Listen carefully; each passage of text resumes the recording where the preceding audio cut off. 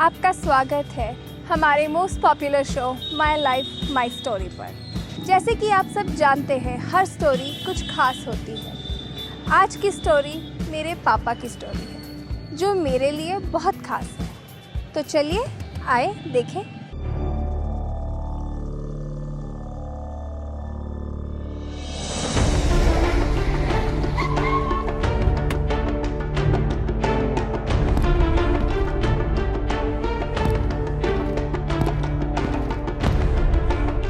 नमस्कार, सीताराम, जय सीताराम। मेरा नाम मनोहर लाल जुयाल है। मेरा जन्म गढ़वाल, पौड़ी गढ़वाल, यमकेश्वर ब्लॉक, कैंडुल ग्राम में सन 1949 में 11 नवंबर को हुआ था। और वहाँ पे हमारे नागराज मंदिर हमारा है। वहाँ पे नागराज मंदिर, ऊपर माँ चंदोगी माता भवानी का मंदिर है। कुलदेवी हमारी नरसिंह भगवान जी का हमारा वहाँ पे मंदिर है। उनके सबके आशीर्वाद से मेरे माता पिता स्वर्गीय श्री कुशालमणि जुयाल एवं स्वर्गीय श्रीमती माया देवी जुयाल थी। मेरी 2 बड़ी बहनें हैं, एक बड़े भाई साहब हैं। 2 छोटी बहनें थी, जिसमें से एक का अकाल मृत्यु हो गई थी। उसको सर्प ने डस लिया था हमारे रायपुर गांव में। उसके बाद हमारी सबसे छोटी बहन है।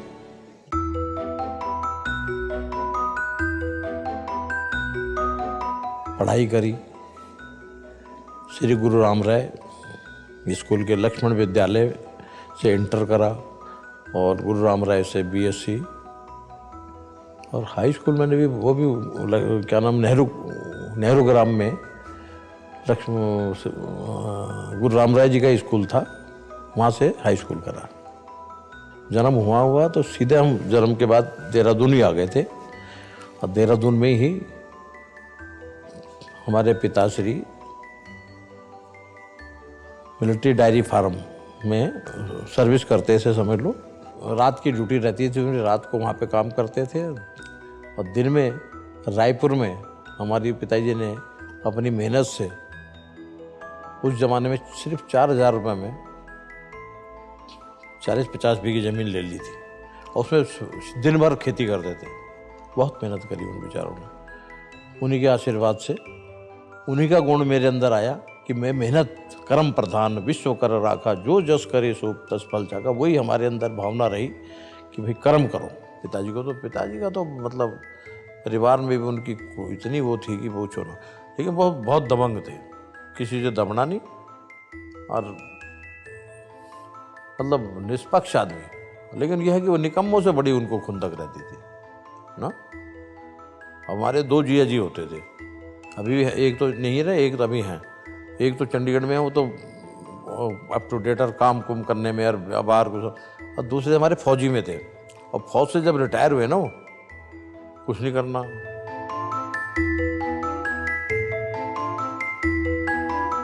साइकिल से हम लक्ष्मण विद्यालय में आते थे, साइकिल चला करके रायपुर से, और वहाँ पे अपनी पढ़ाई करनी।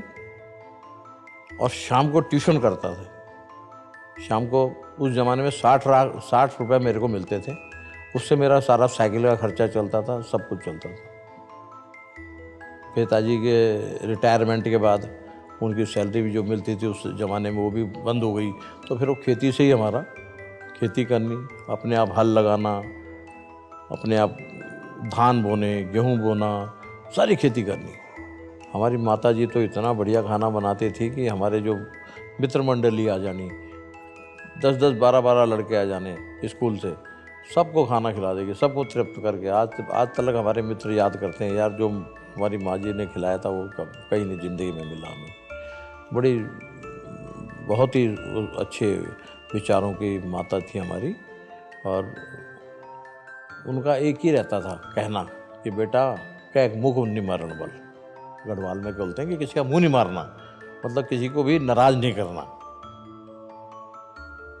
अब पिताजी का था काम करो, कर्म करो, बस। काम नहीं करता है ये बेकार आदमी है, निकालो बाहर से यहाँ से। आज हमारी शादी की 25वीं सालगिरह है। हम बड़े सौभाग्यशाली हैं कि हमारे को हमारी माता जी का आशीर्वाद मिल रहा है। जी रया जागी रया जुग जुग बची रया यो दीन यो मासा यो दीन यो मासा जी रया जागी रया सबके भेटने रया यो दीन यो मासा यो दीन यो मासा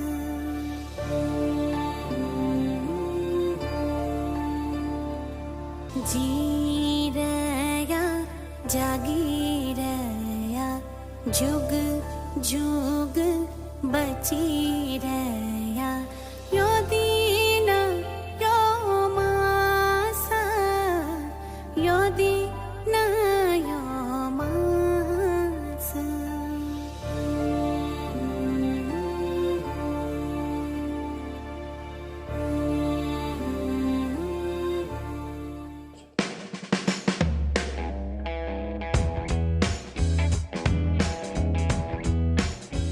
होते करते मैं एमएससी कर रहा था उसका फिजिक्स से, गुरु राम राय से। तो फॉरेस्ट डिपार्टमेंट में जब वहाँ जाता था मैं, तो लक्कड़ मंडी से जाता था, तो वहाँ पे एक हमारे परिचित होते थे बुद्धि बल्लभ भट्ट, वो मेजर रिटायर थे, तो उन्होंने अपना फॉरेस्ट का काम कर रखा था। उन्होंने कहा क्या करेगा तू पढ़ के, नौकरी क्या करेगा नौकरी करके, बिजनेस में आ जा। मैंने कहा बिजनेस के लिए पैसे चाहिए, कहाँ से लाऊंगा मैं? बोला कि नहीं कुछ करो। तो हमारे भाई साहब के एक जेठू थे, वो फॉरेस्ट डिपार्टमेंट में सर्विस करते थे, तो वहाँ ऑक्शन होते थे जंगलों के। तो वो कह रहे कल जंगल का वो है, ऑक्शन है। हमने कहा ऑक्शन में पैसे कहाँ से लाएं? तो मेरे विशंबर दत्त जुयाल थे, वो कुवैत से आ रखे थे ताज़ा, तो उनमें पैसे होते थे। तो मैंने भाई जी कुछ 10,000 रुपये, तो उन्होंने बोला कि चलो मैं भी पार्टनर बनता हूँ तुम्हारे साथ, 10,000 रुपये मैं लगाऊंगा। अब मैंने कहा मेरे पास तो एक पैसा भी नहीं है। और उसी टाइम ताज़ा उसी टाइम क्या हुआ था कि जो 500 के 5,000 का 10,000 का नोट होता था, वो उसी दिन बंद हुए थे। तो मैं घर गया अपने, माँ जी और भाभी को बोला मैंने कहा ये ऐसा है कि बड़े वाले नोट तो बचते, 100 के भी बंद होने वाले हैं। अच्छा जी, कि 10-10 कर एक लाया वाली हूँ। मेरे कितने हैं? 5,5300 ऐसे निकले होंगे, वो सारे घर की पूंजी। वो मैंने उनसे 5,000 रुपये ले लिए। अब मैं उनको एक किस्म में ठग के ले आया घर से, और वो 5,000 रुपये के मैंने कहा मैं छोटे करके ले आऊँगा मैं। वो 5,000 रुपये लेके मैं सीधे चले गया ऑक्शन पे। 10,000 रुपये उनसे, 5,000 रुपये, एक 26,000 रुपये का जंगल ले लिया मैंने। गए वहाँ पे स्टे करा, सवेरे 4 बजे जंगल आ गया, अपना काम स्टार्ट कर लिया।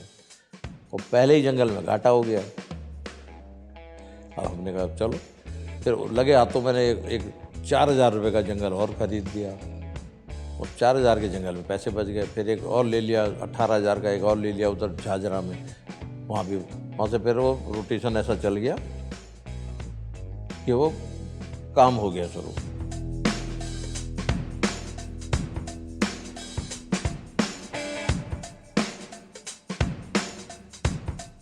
हमारा एक दोस्त है गुरबचन सिंह रैना सरदार, वो बैंक में था कलारीकल में। उसकी जान पहचान थी, हमारे गुरमुख दास जी थे यहाँ पे बीडो होटल वाले। तो उसने कहा यार तेरे पे कितने पैसे हैं? कि मेरे 40,000 रुपये। तो शराब का काम क्यों नहीं करता? कि मैंने कहा शराब के काम में चल, मैंने मिलवा बाबूजी से। उनको बेचारों को बहुत तगड़ा लॉस हो रखा था, वो डरते थे शराब के काम से, बोल रहे कि नहीं। तो फिर भी उन्होंने कहा अच्छा तू करता है? चल मैं तेरी वो, उन्होंने मुझे कंपनी होती थी यहाँ 2 पैसे का हिस्सा दिलवाया उसमें। वहाँ पे गरीबदास जी, मुलखराज भामड़ी जी, वो मेरे बहुत अच्छे गुरु थे। उन्होंने बड़ा सपोर्ट करा मुझे। और इन लोगों के साथ जब मैं मिला ना तो जोश तो बहुत था और थोड़ा सा दमकपना भी था। किसी से दबते थे नहीं हम, मार धाड़ में भी परिपूर्ण थे। तो जब मैंने वहाँ पे इनका वर्क देखा और इनका काम देखा, जो इन्होंने कंट्रोल करा मैंने पूरे ज़िले को, तो इन्होंने कहा जी बस वो 2 का फिर 5 पैसे हो गया, फिर हिस्सा बढ़ता रहा मेरा, पैसे वहाँ से कमाते रहे। फिर होते होते हमने अपना 94 में मेरे ख्याल से हिल क्वीन बार एंड रेस्टोरेंट बनाया आरागढ़ चौक पे। 96 में 97 में फिर वो बना दिया अपना गौरव होटल। 2002 में सौरभ होटल बना दिया। अब इनके होटल बनाए तो क्यों, हमने कभी बड़ा बेटे का नाम गौरव है हमारा, गौरव रख दो नाम। फिर सक्षम सौरभ न हो तो सौरभ रख दो होटल का नाम ना। होते करते तब तक दिमाग में किसी ने डाला, यहाँ पे हमने ज़मीन ले ली ये वाली। उससे पहले बच्चे हमारे चले गए, दोनों के दोनों, गौरव और सौरभ दोनों पढ़ने के लिए। हमें ऑस्ट्रेलिया जाना है। अब मैंने कहा वहाँ क्या करोगे जाके? नहीं यार छोड़ो मतलब, नहीं जी हम तो जाएंगे। गए वहाँ 4-5 साल वहाँ करके अपना आ गए। ये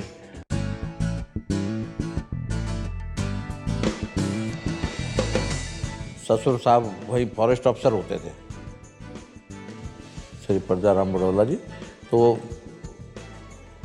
वो स्लीपर पास करते थे रेलवे के लिए, अफसर थे फॉरेस्ट के। उनकी बड़ी बहुत ईमानदार अफसर और बहुत अच्छे इंसान। उनकी नज़र मेरे पे पड़ी कि बल्लड़ का काम का है तो, और उन्होंने वहाँ पे जान पहचान निकाल के पिताजी को कांटेक्ट कर लिया।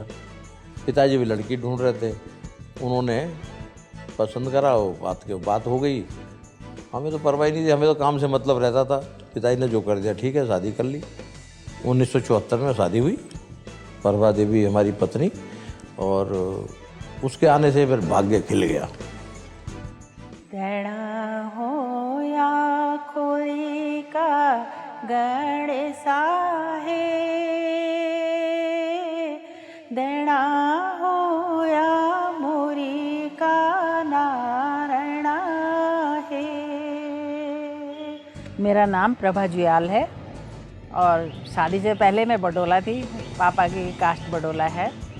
हमारी शादी हुई है 74 में हुई, और श्री मनोहर लाल जुयाल जी से तो उस समय तो ये इन्होंने भी मतलब काम शुरू किया था, साइकिल से आना जाना। फिर जब मेरे को देखने आए तब उस दिन सेकंड हैंड वो लेके आए, royal Enfield motorcycle.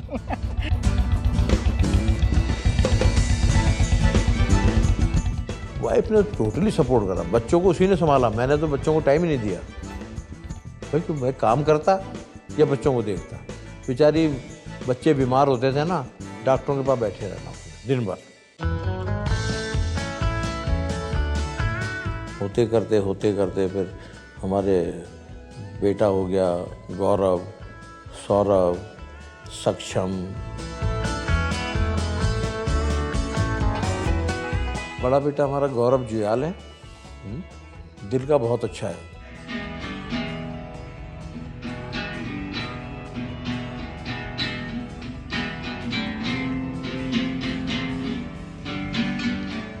I like his personality.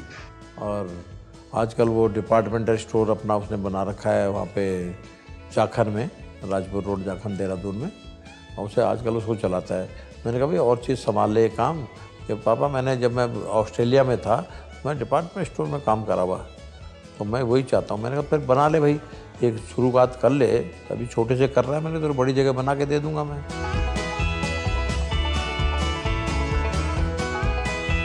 Sita ji हमारी बहुत अच्छी बच्ची है ना। वो जब यहाँ पे 12 साल की उम्र से श्रीमद् भागवत की कथा करती रही है, ज्ञानी है।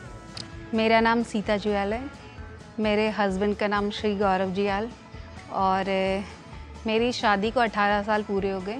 सीता जी बहुत अच्छी मन की हैं, अच्छा बोलना जानती हैं, अच्छी वक्ता हैं, और आज वो हमारे बीएड कॉलेज की प्रिंसिपल भी हैं, डॉक्टरेट करके बीएड कॉलेज की प्रिंसिपल भी हैं। लाल जी महाराज के साथ वृंदावन में था उस दिन, वृंदावन में हम थे। तो वृंदावन में हम जैसे ही सवेरे सवेरे निकले तो यहाँ से फ़ोन किया कि आप दादाजी बन गए। पहला वो बच्चा था हमारे परिवार का, तो हमें बड़ी खुशी हुई। तो महाराज जी ने कहा मनोहर जी बस बहुत खुश हो गया, सीता का तो लव हो गया पैदा, लव रखना है उसका नाम। मैंने ठीक है महाराज जी।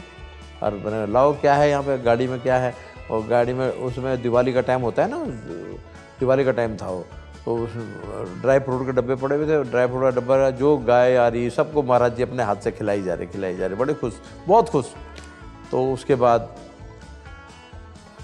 हम आए देहरादून, और जब वो 4 साल का हो गया था, तो एक दिन महाराज जी आए थे मेरे पास घर में ही, तो बोले कि मनोहर जी मेरे साथ चलोगे आप अयोध्या घूमने। मैंने चलो महाराज जी चलेंगे। हमने महाराज जी की टिकट बुक करा दी। और उन दिनों शौक क्या हुआ कि मेरे को नींद नहीं आती थी, तो मैंने क्या करा, मैं कभी नहीं खाता मैं। उन दिनों मेरे को किसी ने, डॉक्टर ने कहा कि यार ये तुम नींद की गोली खा के सोया करो, और मैंने 2 पत्ते रखे हुए थे वो नींद की गोली के। तो इसने सवेरे क्या करा, वो 8-10 गोलियां खा गया लव। अरे फैंट बेहोश। 10 गोली इतना छोटा 4 साल का बच्चा खा जाए तो क्या होगा। तो सीता जी भागी पापा क्या हो गया, ऐसे क्या हो गया, रोने लग गई पूरी तरह। महाराज जी दूसरे कमरे में। तो महाराज जी को बोला, महाराज जी कह रहे मेरे होते हुए, उनको बड़ा वो लगा, उन्होंने दरवाज़ा बंद कर लिया और उनको, मनोहर जी आप तो इलाज जो भी कराना कराइए फटाफट। मैंने फटाफट, डॉक्टर गलोत्रा थे मेरे दोस्त, उनको बोला, उन्होंने फटाफट यहाँ ले आओ आप। वहाँ ले गए, उन्होंने दवाइयों या दे करके जो भी करा। महाराज जी ने दरवाज़ा नहीं खोला, ध्यान में बैठ गए, और मतलब कि 10-12 गोली खाने से इतना छोटा बच्चा बचना बड़ा मुश्किल है। महाराज जी ने मतलब उसे वहाँ कैंसिल कर दिया, अयोध्या जाना भी। उस दिन शाम के पहले वो थे, नहीं गए। लेकिन वहाँ पे जब वो ठीक हो गया ना, तब जाके दरवाज़ा खोला उन्होंने। ध्यान ऐसे मतलब महापुरुष थे वो। मेरे जो ससुर जी हैं, उनका जो नेचर है वो परिवार के साथ भी और परिवार के बाहर भी वो सोशल भी काफ़ी है। उनके 2 बच्चे हैं, लव जुयाल और मैत्री। जब कोई मुश्किल पड़ जाए तुम देना साथ मेरा, वो हम मेरा नाम मानस लव जुयाल है, एंड दाल जी ने मेरे को अपने इनिशियल दे रखे हैं MLJ, बिकॉज मैं अपने भाई बहन जितने भी हैं मेरे, तो उनमें सबसे बड़ा मैं हूँ। तो उन्होंने मेरे को अपने इनिशियल्स दे रखे हैं। बचपन से ही मैं मतलब दादू से काफ़ी ज़्यादा क्लोज हूँ, दादू और दादी दोनों से, अपने ग्रैंड पेरेंट्स से मतलब बहुत ज़्यादा क्लोज हूँ मैं। एंड मतलब दादू से मेरा बचपन से काफ़ी अटैचमेंट रहा है। जहाँ पे भी मतलब वो जाते हैं मेरे को हमेशा अपने साथ लेके जाते थे, कोई भी, जैसे उनकी रिलीजियस ट्रिप्स हो कहीं भी। And he is a lot into religion, he is काफ़ी बहुत रिलीजियस हैं वो। एंड अपनी हर ट्रिप में मेरे को साथ जाते थे, सिखाते थे। बचपन से उन्होंने मेरे को हनुमान चालीसा याद करा दी थी जब से मैं 5 साल का था।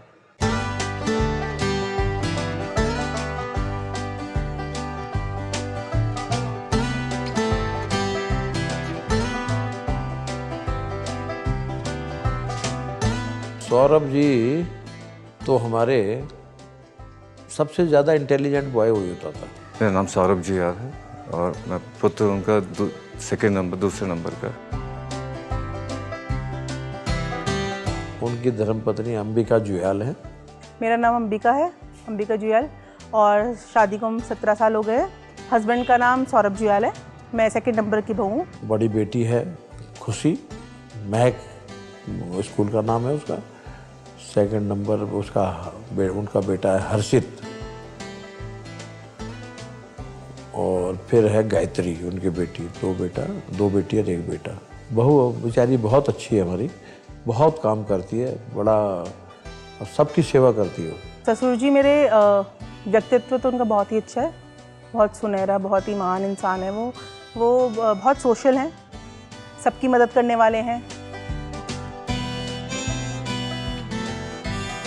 सक्षम जुयाल हमारा 3रा नंबर का बेटा है, उसके नाम कॉम्पिटेंट, उसके नाम से हमने कॉम्पिटेंट होटल बनवाया था ये उस समय। वो हमेशा सपोर्टिव रहे हर चीज़ में, मतलब वो कभी भी ऐसे फादर नहीं रहे जैसे होता है, हमने कभी देखा है या सुना है, हम खामखा घबराते थे, पर वो जिस तरीके के दोस्त जैसे रहे, कोई ऐसा इंसान मैंने कोई किसी के फादर को देखा ही नहीं ऐसा। सक्षम बहुत ही अच्छे नेचर का है, बहुत प्रेम करने वाला। तो मेरा बहुत क्लोजनेस रही उनसे, हमेशा रही, आगे भी रहेगी। मेरे लिए तो सिर्फ फादर नहीं, भगवान है वो। इसके अंदर सेंटिमेंट्स भरे हुए हैं पूरा। अभी भी जहाँ भी आएगा वो, चाहे 200 आदमी हो, 500 आदमी हो, तो दंडवत प्रणाम करता है वो, लंबा उम्र के। मैं भी बोलता हूँ अच्छा लगता है, लेकिन वो उसे कोई शर्म नहीं है। उसकी पत्नी है नीतिका, बहुत अच्छी हो भी। कि क्या विल पावर है उनकी, क्या डिटर्मिनेशन है उनकी, कहाँ से उन्होंने शुरू किया, आज कहाँ है और उसे मेंटेन कर रहे हैं। तो ये तो उनकी काबिले तारीफ वो है। और वैसे भी मैनेजमेंट भी, हर चीज़ भी, कोई भी चीज़ उनकी निगरानी में मतलब परफेक्ट ही मिलेगी। नीतिका चाहे पंजाबी फैमिली से है, लेकिन उसका जो रहन सहन हमारे से मिला है ना, उसने जो अडॉप्ट किया है, फुल्ली अडॉप्ट कर लिया हमारी पहाड़ की फैमिली में। कितने स्पिरिचुअल इंसान है, बहुत ही धार्मिक, बहुत ही गॉड फेयरिंग। ये सारी चीज़ें अगर हमारे बच्चे सीख जाए तो फिर क्या बात है। उसके 3 बेटे हैं, उनके मन्नी, नन्नी और सन्नू।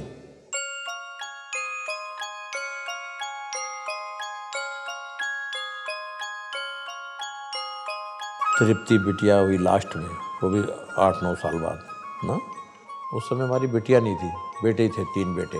और हमने परिवार नियोजन भी कर रखा था, मतलब पत्नी का ऑपरेशन करा रखा था। तो कहती घुमाते नहीं, मैंने कहा चल, तो मैंने तीनों बच्चों को नानी के यहाँ छोड़ दे, अब तो और मैं चलते नेपाल। वहाँ नेपाल में बाबा पशुपतिनाथ जी के दर्शन करे हमने, बहुत अच्छा करा। और वहाँ से जब आए तो 2-3 महीने बाद मिसेज प्रेग्नेंट। मैंने कहा ऐसा कैसे हो सकता है। वो भी मतलब भोले बाबा की एक कसक थी मन में कि एक बेटी होनी चाहिए, ऊपर वाले ने बेटी दे करके वो भी तृप्ति कर दी। मतलब हर चीज़ दी है भगवान ने।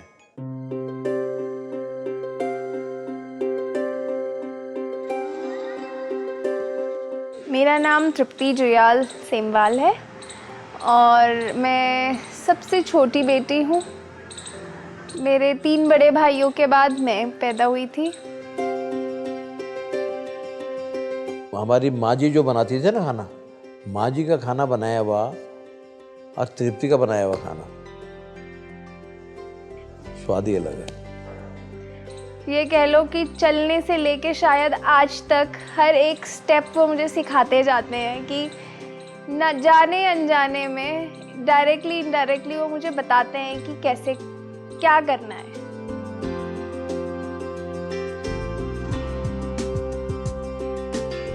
डॉक्टर आशीष सेमवाल हमारा दामाद है। Myself, Dr. Ashish Sengwal, and I am a holistic trainer, and at present I am holding a post of a vice chairman in Maya Group of Colleges. और बहुत अच्छा उसे नॉलेज है, ज्ञान है हर चीज़ का, और किसी भी चीज़ को कहने का उसका लहजा बहुत अच्छा है। My father-in-law is Mr. Manohar Lal Jiyal, and I know him since last 12 years, though I've been a part of this family since last 8 years. And after getting married, I started looking after the college. तृप्ति और आशीष जी के सुपुत्र यशी और बिटिया कात्यायनी है।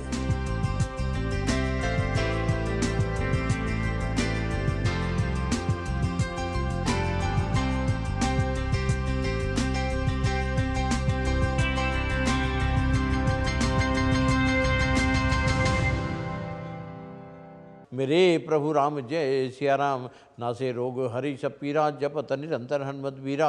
ओम नमो वज्र का कोठा जिसमें पिंड हमारा बेटा, ईश्वर कुंजी ब्रह्म का ताला, मेरे 8 यामों का यति हनुमंत वाला। जय श्री राम, जय श्री राम, जय श्री राम। तो हमारे जो चंडीगढ़ वाले जिया जी है ना, उनके पिताजी बहुत बड़े विद्वान वो थे, शास्त्री। तो वहाँ पे बल्कि उस टाइम भजन लाल वगैरह उनके भी गुरु थे। वो भजन लाल वगैरह के भी सब वही पूजा पाठ वही करते थे वहाँ चंडीगढ़ में। तो वो हमारे घर में पूजा पाठ कर रहे थे ना, और उसी दौरान माँ भगवती का पाठ चल रहा था और हमने ऊट पटांग खा लेना, ऊट पटांग काम कर लेने, हमें परवाह नहीं रहती थी क्या हो रहा क्या नहीं हो रहा। वो जब हुआ तो मेरे को इतना पेन हुआ कि मेरे से कुछ भी मतलब मैंने कहा मरने वाला हूँ, ऐसा मतलब ऐसा नहीं है, बुलाओ उसे भी इसे भी उसे भी। तो उन्हीं हमारे गुरु जी, मैं गुरु मानता हूँ, पहला गुरु, मेरे पहले गुरु वही हैं जीवन में। पहले तो माँ बाप ही है और उसके बाद वो आए। उनका नाम रघुबर दत्त जी था, रघुबर दत्त थपलियाल। तो उन्होंने मुझे कहा, शिक्षा दी कि बेटा एक भगवान की टांग पकड़ लो, किसी को पकड़ लो। हनुमान जी का मंगलवार का व्रत लेता हूँ और हनुमान जी को पकड़ रखा है, छोड़ना नहीं है उन्हें। एक गुरुजी मिले मेरे को, धर्मपाल जी। वो कलसिया में यहाँ साकुमरा माता का मंदिर है, उसके पास उनका गांव है, वहाँ रहते थे। बड़े संत, अपना संत रहते हैं स्वभाव में। उनके मेरा आना जाना हो गया तो एक दो गुरु पूर्णिमा में गया मैं उनके पास। तो वो कह रहे बेटा तुम्हारा जब दुर्गा सप्तशती का पाठ होता है ना तुम्हारे यहाँ, सप्तशती चल रही है, तो तुम्हें जो जीवन में चाहिए ना वो सोच लो, बस सोच लो, मांगो ना मत, सोचना। तो उस समय हमारे जीवन में था, जैसे हमारे गुरुमुखदास जी होते थे, गरीबदास जी होते थे, शराब का काम करता था मैं, तो उसमें गुरुमुखदास जी के 5-6 होटल थे उस समय। तो मैंने कहा यार हमारे भी होटल बन जाए। तो ऐसे मैं सोचता रहता था, सोचता रहा, जब उनका कहना माना मैंने, वो सोचता रहा, वो आस्ते आस्ते सारे होटल बन गए इतने। हमारे जब सेकंड बेटे की शादी हुई सौरभ की, तो इसके सौरभ के ससुर जी के गुरुजी थे लालजी भाई, वो इनको आशीर्वाद देने के लिए आए हुए थे देहरादून। और यहाँ पे अपना सर्वदास जी महाराज हैं, मच्छी बाजार में मंदिर है, कालिका मंदिर, वहाँ पे उनके वो गुरु भाई हैं आपस में, उनके पास आके ठहरे हो। तो हमारे जो समधी हैं विनोद चंदोला जी, उनका मुझे फ़ोन आया कि मेरे गुरुजी आ रखे हैं, आप मिलना चाहेंगे? मैंने कहा मिल लेते हैं ना। मैं चले गया वहाँ और मिला क्या, उनके जो दर्शन जो करे वो मतलब वन साइडेड, वो कहते हैं ना वन साइड लव, एकदम से मेरे को ऐसा भाग गया कि दिल में उतर गया और मैं उनके दिल में उतर गया। उनके जीवन में आने से सारा जीवन बदल ही हो गया। मैं और पत्नी गए हुए थे हम उत्तरकाशी एक कथा में, गंगोत्री में, वहाँ पे उन्होंने दर्शन दिए। और कहाँ हुआ, मैं दूसरे दिन ही वहाँ से हम आ गए। मैंने इनको पत्नी को घर भेजा, मैं ऋषिकेश चले गया सीसम झाड़ी। मैं सीधा गया, महाराज जी आदेश। मैंने कहा आपने और लोगों को पता ना लगे, उनका भी संत लोग हैं। तो हाँ ठीक है। अब बड़े प्यार से उन्होंने खिचड़ी खिलाई। बोला मनोहर जी इसमें हमने ना रसगुल्ले आ रखे थे, फक्कड़ बाबा, वो रसगुल्ले आ रखे थे, उसका रस भी बचा था, हमने खिचड़ी में डाल दिया। मीठा मुझे बहुत अच्छा लगता है कि कैसा स्वाद, और मैं उनका तो अमृत स्वाद, उनके हाथ की कोई चीज़ तो खा के तृप्ति हो जाती है। मतलब बहुत ही हर जो चीज़ देते हैं प्रसाद, और महापुरुष आदमी का तो कोई जवाब ही नहीं है ना। उनके जीवन में आने से बहुत बदलाव हो गया। मेरे प्रभु राम जय सिया राम, नासे रोग हरि सब पीरा, जपत निरंतर हनुमत वीरा। फिर होते करते थोड़ी लगन तो होगी भगवान के प्रति। तो हमारे परेड ग्राउंड में गोपाल मणि जी की कथा चलती रहती थी कई दफ़े। तो उस साल मेरे को कुछ भगत लोग ले गए कि चलो चलो आप आओ आओ। तो वहाँ गए तो मुझे वो राम कथा बहुत सुंदर गाते थे गोपाल मणि जी। तो मेरे को बड़ा रस आया उसमें, क्योंकि हनुमान जी का भक्त में, राम जी की कथा, तो उनकी वाणी में इतना वो था कि मैं उनसे बंध गया। हर साल हमने फिर राम कथा शुरू करा दी, फिर वो श्रीमद् भागवत भी करने लग गए। तो हर साल हम परेड ग्राउंड में उनकी कथा कराने लग गए। उनको भी मैंने अपना गुरु माना। उन्होंने मेरे को भक्ति भाव जगाया मेरे अंदर, भगवान की तरफ बड़ा रुझान हो गया। बस हमेशा भजन सुनने, राम कथा सुननी, इसी चीज़ की तरफ अभी तक वही रुझान रहता है। श्रीमद्देवी भागवत महापुराण की जय, व्यास जी भगवान की जय। लाल जी महाराज को बोला मैंने, महाराज जी मेरी एक इच्छा है बचपन से, मैंने कहा ये ऐसे ऐसे है मामला कि मैं सहज चंडी, अयुत चंडी, लक्ष्य चंडी कराना चाहता हूँ। कि अच्छा मनोहर जी, चलो सोचते बताते हैं आपको, समय आने पे बताइए। वो अपना भविष्य बद्री चले गए ऋषिकेश से। भविष्य बद्री में आश्रम बनाया उन्होंने, नीचे का एक आश्रम उन्होंने कहा ये आपके नाम से बनेगा। मैंने कहा ठीक है, हमारे मेरे पिताजी के नाम से, मेरे नाम से बनवा दो। एक दिन उनका फ़ोन आ गया कि मनोहर जी मैं यहाँ पे ITBP के कमांडर हैं, उनकी गाड़ी से पहुँच रहा हूँ हरिद्वार, वहाँ पे एक विश्वनाथ धाम आश्रम है, आप वहाँ पहुँच जाओगे? मैंने कहा जी पहुँच जाएंगे, आपका आदेश है तो। मैंने उन्हीं के समधी को, चंदोला जी को पकड़ा। चंदोला जी ऐसे ऐसे चलते हैं। मैंने बोला महाराज गुरु जी का फ़ोन आया, ये चलोगी? हम दोनों अपना विश्वनाथ धाम आश्रम पहुँच गए। तो वहाँ उन्होंने अपना ऊपर तीसरी मंजिल में एक कमरे में महाराज जी मिल गए हमें। फिर हमें परखर जी महाराज से मिलाया। परखर जी महाराज महाविद्वान, कर्मकांडी, और करपात्रे जी और गुरु निरंजन देव जी उनके शिष्य हैं। और महाराज जी, हमारे लाल जी महाराज, वो भी वही करपात्रे जी महाराज जी की पढ़ाई करी उन्होंने। पढ़ाई करके वहीं से फिलोसफी के प्रोफेसर बन गए बनारस यूनिवर्सिटी में। अब बनारस यूनिवर्सिटी में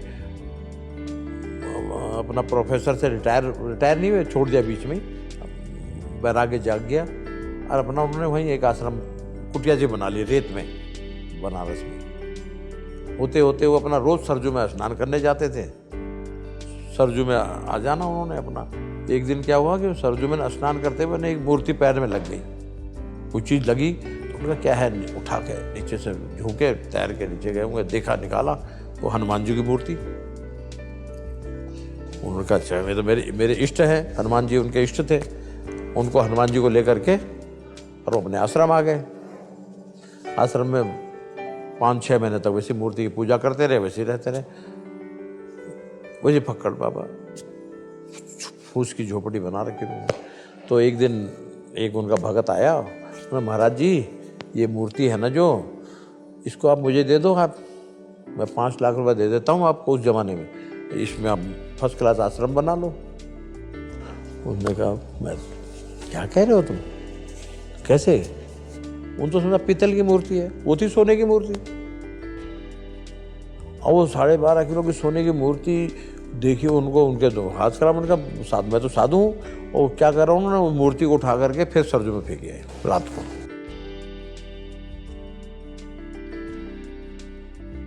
ठीक आए रात को, हनुमान जी ने पिटाई करी उनकी कि तूने को मैं मिला, कोई कारण ही होगा, और तैने मेरे को यहाँ इतने दिन यहाँ रखा और फिर वही फेंक आया। फिर सवेरे फिर गए नहाने के लिए, और देखो कुदरती बात, इतनी बड़ी सरजू नदी, फिर उनको फिर मूर्ति मिल गई, उठा के लाए। फिर उन्होंने पूजना शुरू कर दिया। सारे अयोध्या में हल्ला मच गया कि सोने की मूर्ति है, वहाँ सोने की मूर्ति है। और आर्कोलॉजिकल आ गए, आर्कोलॉजिकल वालों ने मुकदमा लड़ा हुआ बाकायदा कि मूर्ति हमें दो। इन्होंने अपने आप वकालत करके मूर्ति आर्कोलॉजी से जीत करके वही रखी, आज भी उसी आश्रम में है वो मूर्ति। फिर वो आपस में, इनके कोई गुरु भाई था, उसने कहा कि भाई आश्रम मुझे दे दो, राम किंकर जी का भतीजा है शायद वो। तो उन्होंने कहा तू ले ले भाई, मुझे तो कोई भाई नहीं। उन्होंने थैला उठाया, चलने लगे मूर्ति को ले करके। उन्हें मूर्ति ले जाओगे तो फिर रह क्या जाएगा? उन्हें भाई चल पूजा पाठ कर लेगा कि हाँ तो रख मेरे भाई। मूर्ति वहीं छोड़ दी और आके यहाँ ऋषिकेश आ गए। ऋषिकेश में अपना पकड़ दम अपना बस यहीं रहे आश्रम में, वहीं अपना पंचवटी आश्रम बन गया। वो बाद में एक डीएम की कृपा हो गई, डीएम ने उनको अलॉट कर दी सारी जगह। इतना सिद्ध पुरुष हो गया अब ये, तो उनको दे दी वो जगह, वहाँ पे उन्होंने आश्रम छोटा सा बना दिया। ऋषिकेश पंचवटी में सहज चंडी 1000 पाठ वाला बनारस से विद्वान आए, अपना दीक्षित जी और उनकी पूरी टीम और पूरे विद्यार्थियों के साथ, पूरा हमारा परिवार, भाई साहब भी थे हमारे ना, दोनों बेटे 2 बहुएं, और हम सारे के सारे वहीं रहे 10-12 दिन। बड़ा आनंद आया। 2004 में अयुत चंडी यज्ञ यहाँ पे हो गया टपकेश्वर जी महादेव में। यहाँ पे हमारे महंत मायागिरी जी वो भी बिल्कुल भोले बाबा, मतलब भोले बाबा जैसे उन्हें कहें, उनके ही शिष्य कृष्णागिरी जी हैं। कृष्णागिरी जी मेरे बहुत ज़्यादा निकट हैं और जितनी भी मैंने अभी तक यात्रा करी है उसमें 90% उनके साथ ही करी है। वो भी मतलब बिल्कुल जैसे परिवार के सदस्य हैं हमारे वो। और फिर टपकेश्वर जी में हमने अयुत चंडी यज्ञ कराया। हमने कहा ये करना है तो यहाँ पे करा दिया, वो भी बड़ा भव्य था। फिर 2008 में परेड ग्राउंड में लक्ष्य चंडी यज्ञ करवा दिया, तो माँ भगवती ने सारी इच्छाएं पूरी कर दी। उसके बाद यज्ञ चल रहा था हमारा उसी पीरियड में, तो मेरे दिमाग में आया कि इससे बढ़िया समय कुछ होगा नहीं, बल्कि हमारे महाराज जी प्रखर जी महाराज ने यहाँ जब होटल का उद्घाटन करा हमने, तो वही आई थी, उनकी टीम आई थी पूरी यहाँ इसी में। बाकायदा उन्होंने अपने विधि विधान से गऊ का बछड़ा, गऊ पूरा पहले उनको अंदर लाए, पूरा यहाँ पे पूरा हम लोग यहीं रहे उस टाइम, यहाँ पे पूरा यज्ञ चला और यहाँ पे पूरा पूजा पाठ करा उन्होंने। हमने कहा बगल में कॉलेज की नींव रख देते हैं, मैंने वहीं से उन्होंने पंडित जी को भेजा, बेटे को भेजा, मैंने कहा तुम पूजा पाठ करा दो, नींव रख दो। हमें तो वहीं बिजी था। और वो उस लक्ष्य चंडी यज्ञ में जो हमने मुहूर्त करी, तो वो हमारा संस्थान माँ के कृपा से और माँ के नाम से बन गया। माँ को मेरा जीवन में एक विचार था कि मैं मतलब अपने माँ बाप से बड़ा प्रेम करता था, इनका नाम जिंदा रहेगा तो मैं भी जिंदा रह लूँगा। अब ये इच्छा है कि पिताजी का नाम भी जिंदा रखना है। अब मेरा पिताजी के नाम से एक ट्रस्ट बनाया हुआ मैंने सोसाइटी, और उसमें एक इंटर कॉलेज बनाने का विचार है देहरादून में। अभी आजकल वहाँ पे हमारी एक गौशाला चल रही है, लेकिन गौशाला शिफ्ट कर देंगे दूसरी जगह। और वहाँ पे नक्शा तो पास हो चुका है, लेकिन कोरोना की वजह से भी रुक गए हम। और अब देखो जैसी माँ भगवती की इच्छा होगी तो वो भी हो जाएगा। तो पिताजी का नाम जिंदा अगर हमारे जीवित बन गया तो ठीक है। मैंने कहा ये है विचार।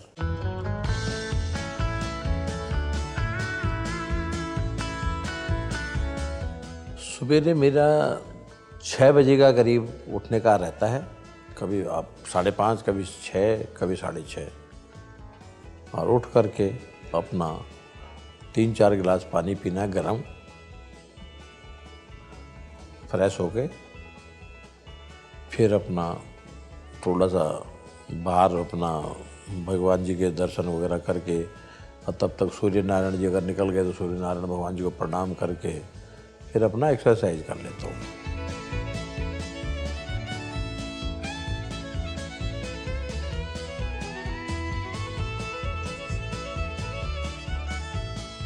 बस गौशाला में चले गए, रोटी वगैरह खिलाई गौ माताओं को अपनी, और फिर अपना 2 डॉगी भी हैं आजकल, पहले तो ज़्यादा थे लेकिन अब आजकल 2 हैं, उनको भी रोटी राटी खिलाई। फिर मेरी कुछ गिलहरी मित्र हैं, गिलहरियों के लिए भी रोटी छोड़ देता हूँ।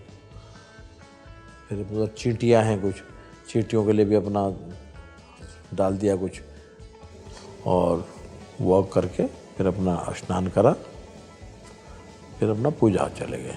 पूजा भगवान का 1-1.5 घंटा वहाँ लग जाता है। फिर अपना होते करते 12-1 बज जाते हैं। फिर अपना लंच करा और फिर अपना निकल जाता हूँ। रायपुर में ही रहते थे हम लोग, तो उन दिनों की बात है कि हम, मेरे ख्याल से मैं और मेरा दोस्त उस दिन हम ऑर्डिनेंस फैक्ट्री है वहाँ हम जा रखे थे। वो लौकी तोरी वगैरह बेचता था मैं, साइकिल के पीछे लगा के फेरी में ना, वहाँ बेच के आ जाना। और वो दूसरा मेरा था बंगाली दोस्त, वो मछली बेचता था। हमने दोनों साइकिल लगानी, मतलब काम करा, बस ये नहीं देखा कि कोई क्या कहेगा, हमें क्या करना।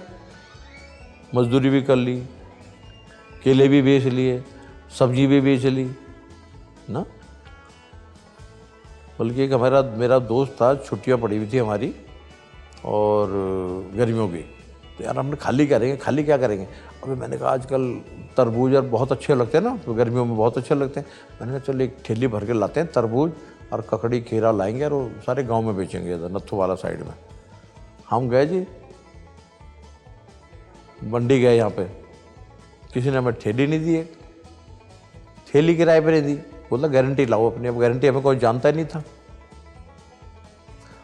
तो आज के उसको देखते हैं हम, तो भगवान ने बड़ी कृपा करी, हम बहुत कृपा करी है ना।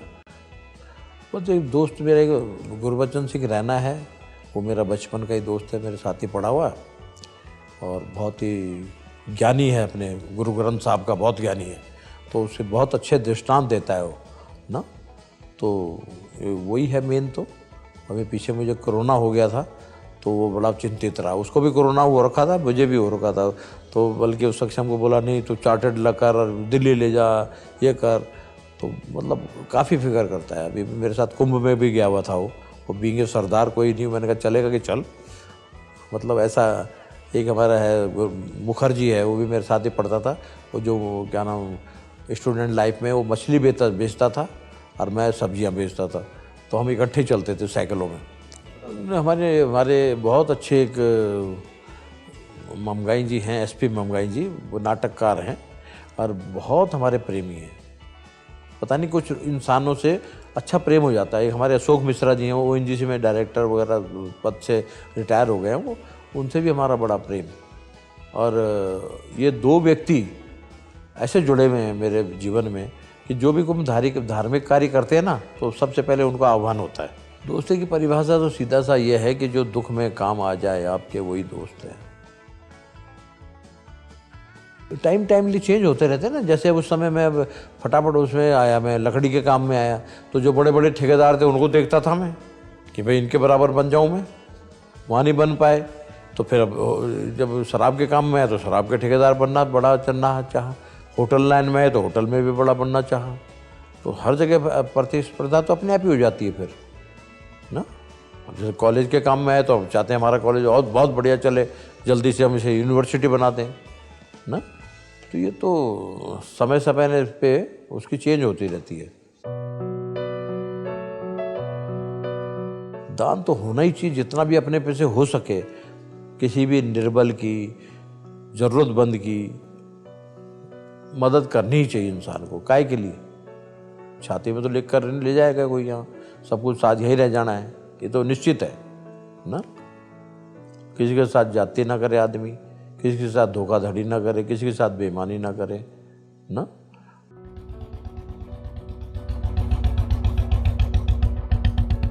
बुलेट तो हम जब स्टूडेंट लाइफ थे तो अभी तरसते थे उसके लिए। जब हम काम पे आए तो लकड़ी का काम करते करते जब थोड़े से पैसे हुए तो उस समय मैंने 5800 रुपये की एक बुलेट खरीदी थी।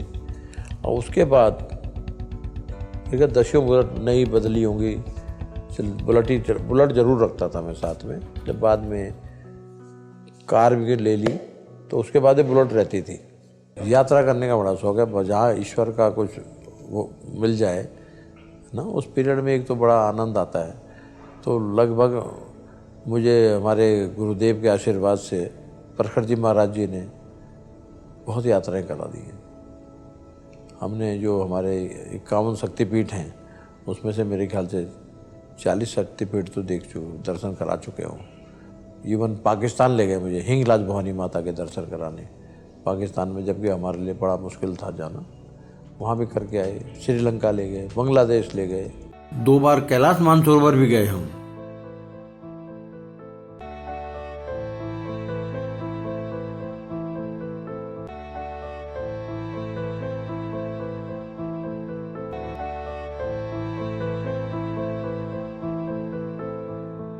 श्री शांति प्रकाश जुयाल बेचारे आजकल पैरों से थोड़ा सा परेशान हैं, आर्थराइटिक्स वगैरह से चल नहीं सकते, नहीं तो बहुत दिलेर पर्सनैलिटी, बहुत दिलेर बचपन से ही। और भाई साहब का तो जवाब नहीं। भाई साहब जब आए ना वहाँ से रिटायर्ड होकर के आए तो मैंने कहा भाई साहब एक काम करो, कोई काम कर लो। मैंने क्या करूँ मैंने कहा 2-3 होटल है, एक होटल आप ले लो। उनके लफ्ज़ पता है क्या थे? बोले देख ये तेरी मेहनत है, तू जान, तू कर, और मैं तो अपना ठीक फिट हूँ, मेरे को कोई वो नहीं है। मतलब बहुत बड़ा दिल, कभी कोई अपेक्षा नहीं, कुछ नहीं ना, बड़ा प्रेम, बड़े हृदय से ना। उनके भी 2 बेटे हैं, 1 बेटी है।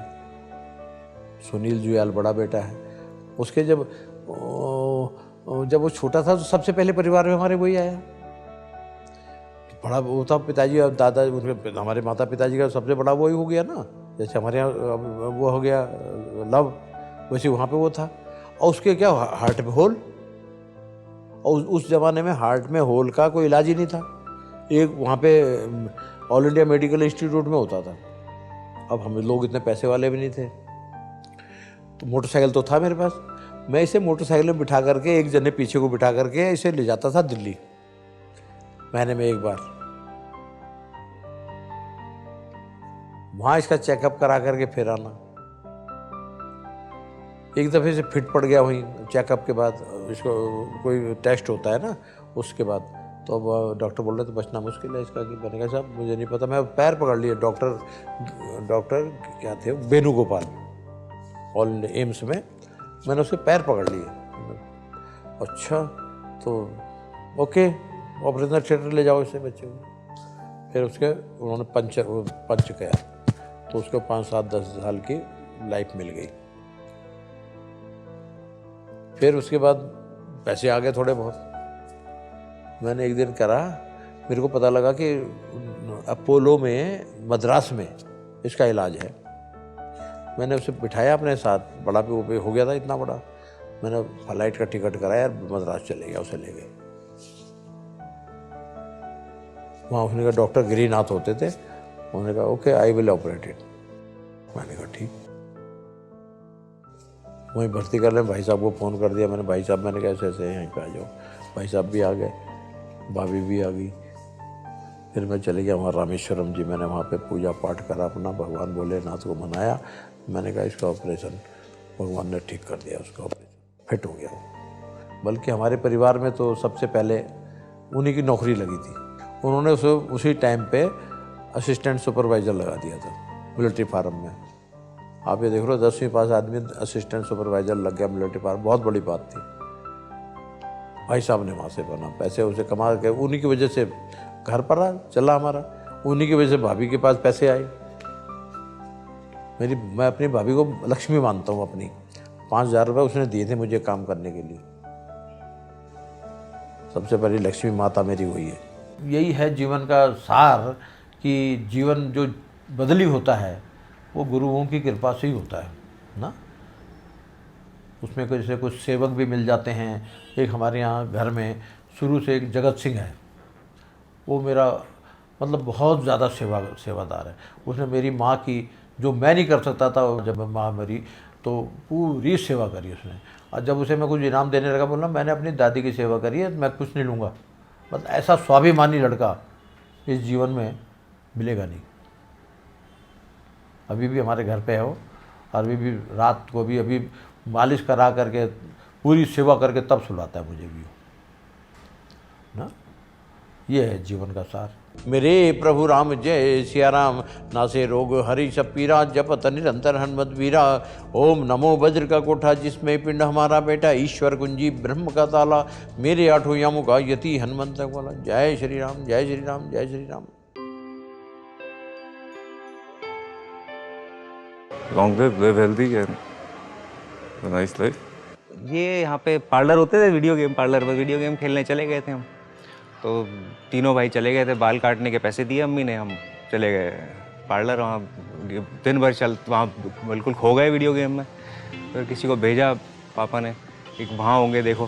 पूरे घबरा तो जाते ही हैं कि कहाँ रह गए भाई, सुबह से गए हुए बाल कटवाने। तो फिर वहाँ पता लगा, तो बुलवाया कि बुला रहे हैं घर पर। तो हम फिर छुप गए, पीछे आ गए, फिर पीछे छुपे रहे। फिर रात को पापा आए, तब फिर बुलाया हम तीनों को। एक साथ बुलाते थे, और टिंकू, चीतू, छोटू, तो लाइन से तू छोटा है तू आगे जा, तू बड़ा है तू पहले जा। तो फिर अंदर जाके हुई कुटाई थोड़ी बहुत। एंड देन दादू से मैंने काफ़ी सारी चीज़ें सीखी बचपन से ही। सबसे बड़ी चीज़ मैं कहूँगा is humility, because a man of his stature, जितने वो हम्बल हैं, is a thing to learn. He is good to himself, he takes care of himself and it's a good thing.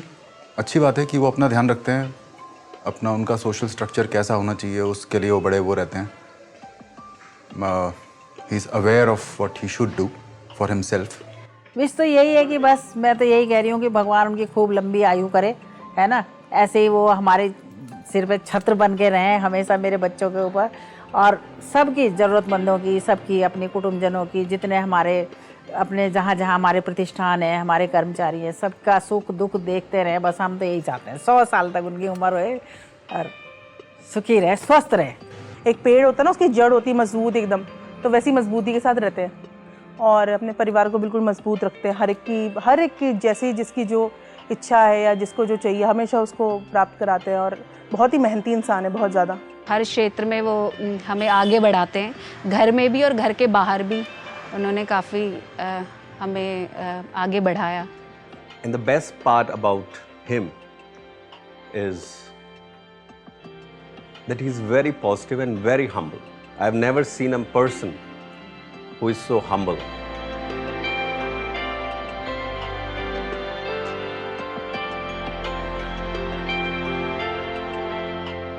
हाँ, मैं बस ये कहना चाहती हूँ भगवान उनको बहुत लंबी उम्र दे और बहुत अच्छा रखे उन्हें, और जो वो कार्य कर रहे हैं उसमें खूब उन्नति हो उनकी।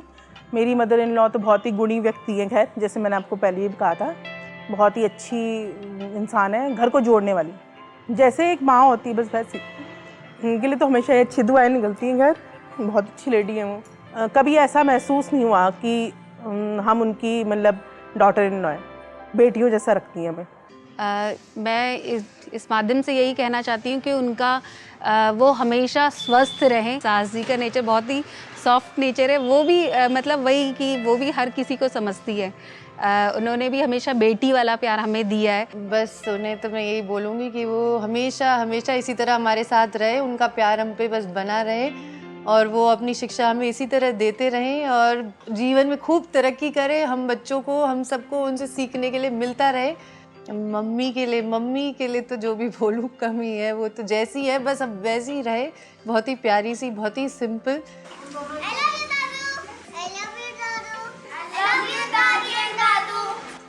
बचपन से चाहती हूँ कि मैं उन्हीं के जैसे बनूँ। हालांकि हर कोई यही कहता है कि तू तो बिल्कुल अपने पापा की ज़ेरॉक्स कॉपी हो, तो मैं हमेशा कहती थी मैं ज़ेरॉक्स कॉपी नहीं, मैं कलर्ड प्रिंट आउट हूँ। तो आप भी हमेशा खुश रहो and may God give you long life and you should always be over us for ever, I feel.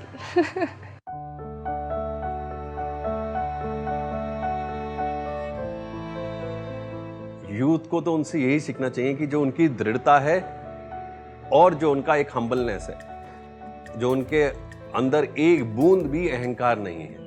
जीवन में तो युवा हो चाहे वृद्ध हो चाहे कुछ भी हो, एक तो अपेक्षाएं कम रखे, अपनी अपेक्षाएं कम रखे, सुख सुविधाओं में ज़्यादा ना जाए भागे। ये सब क्षणिक हैं और जो भी करना है उसे हृदय से करे, दिल से करे, बस कर्म करे, बस कर्म जरूरी है करना।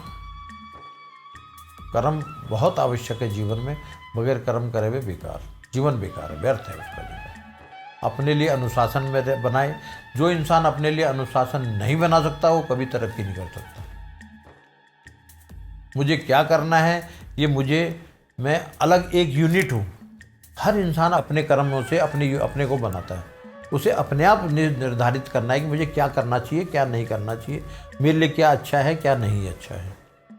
जिस दिन वो ये सोच ले, वो उसका जीवन चेंज हो जाएगा। प्रभु के चरणों में ही अपना जो भी रहेगा वही उसी के चरणों में लगाना है मन को ना, बाकी कोई अभी वो नहीं है। बाकी तो जितना भी परिवार है बढ़ता जाता है, अपना आप करते रहेंगे, अपना कर्म करेंगे, अपना जैसा जो कर्म करेगा वैसा उसे फल मिलेगा। मेरे हाथ में तो कुछ भी नहीं है, उसे करना पड़ेगा कर्म। जितना मर्जी छोड़ जाऊंगा मैं चाहे, वो नष्ट हो जाएगा। अगर अपने आप कर्म नहीं करेगा तो सब बेकार, व्यर्थ हो जाएगा, कुछ नहीं है। कर्म तो अपने आप करना पड़ेगा। जैसे हो बहुत अच्छे हो, किसी के लिए बदलने की ज़रूरत नहीं है।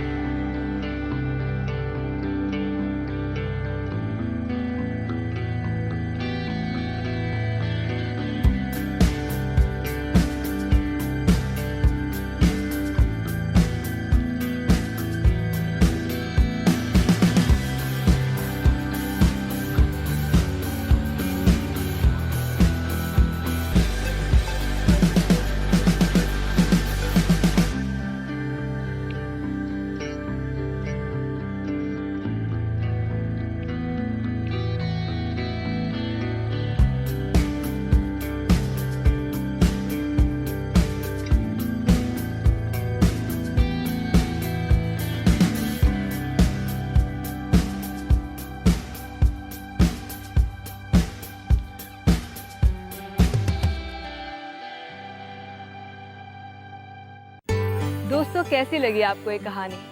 थी ना कितनी खास?